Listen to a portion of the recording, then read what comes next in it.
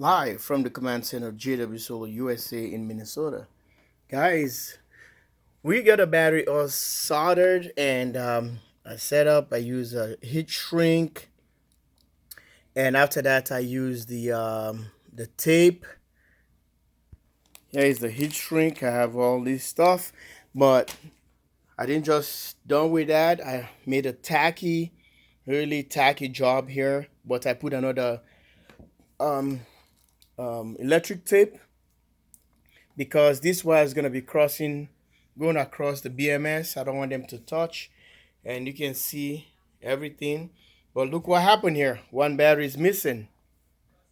All right, the module is sitting right here. What happened? I think the BMS burnt out because when I was pulling the wires, and all of a sudden I removed the tape, and the wire crossed so fast because they're flexible. See how flexible they are? And move fast and contact this thing and arc. I was trying to disengage the wire, keep moving the wire apart, and it attached to each other. I think it fried the output. But if I can put a terminal here, let me show you. Let me just don't do the talk. Let me just demonstrate as well.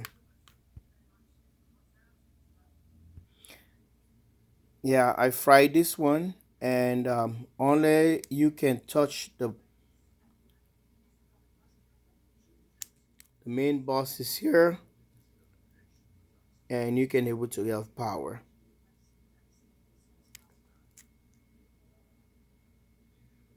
See that? So I have to touch those two terminals, but if I touch from the wire right here, the output, nothing. There's nothing. I think is the output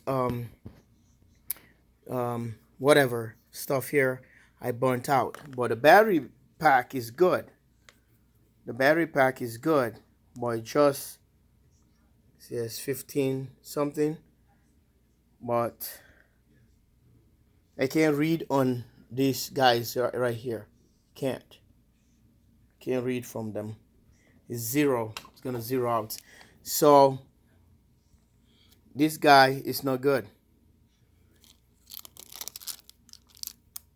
So I'll see if I can have a replacement from battery hookup and see if they have them available. If they don't have all of them, the modules, they might probably have one or two or maybe a few of them that's not worth selling or put out there to sell. Maybe I can able to get it. Then I can replace this space. So what I was saying yesterday or the other day, you see how the temperature sensors are? So I have them all turned the other way, that way in there, so they can able to monitor these batteries here, these cells right here. So it monitors the first row of modules here, all the way these four. And this four is turn the back right here this way, and the sensors, two sensors contacting those batteries because of the gap, the sandwich, like I was saying, just sandwiching the batteries right here. So it's doing its thing. So now these batteries are good, but not good to be used. So right now you see what I've done. I got a 16.79, and here are the bus bars. See, the bus bars are here, interconnect, parallel all these guys right here. So you can see them right there. Then I have the charger on the side right here, and I have it on constant voltage. All right, the batteries are full. One of them was because was tied with the like this one was parallel to another one that was 15 something, and all of them were 16 something. So I think that's the one is topping up right now. So balancing all the batteries, with all the fuses here, inline fuse. So inline fuse, I already have them in. So anything that happens, the fuse probably blow up, and these are all what 15 amps. I don't know if you can able to read it. Yep, see that 15.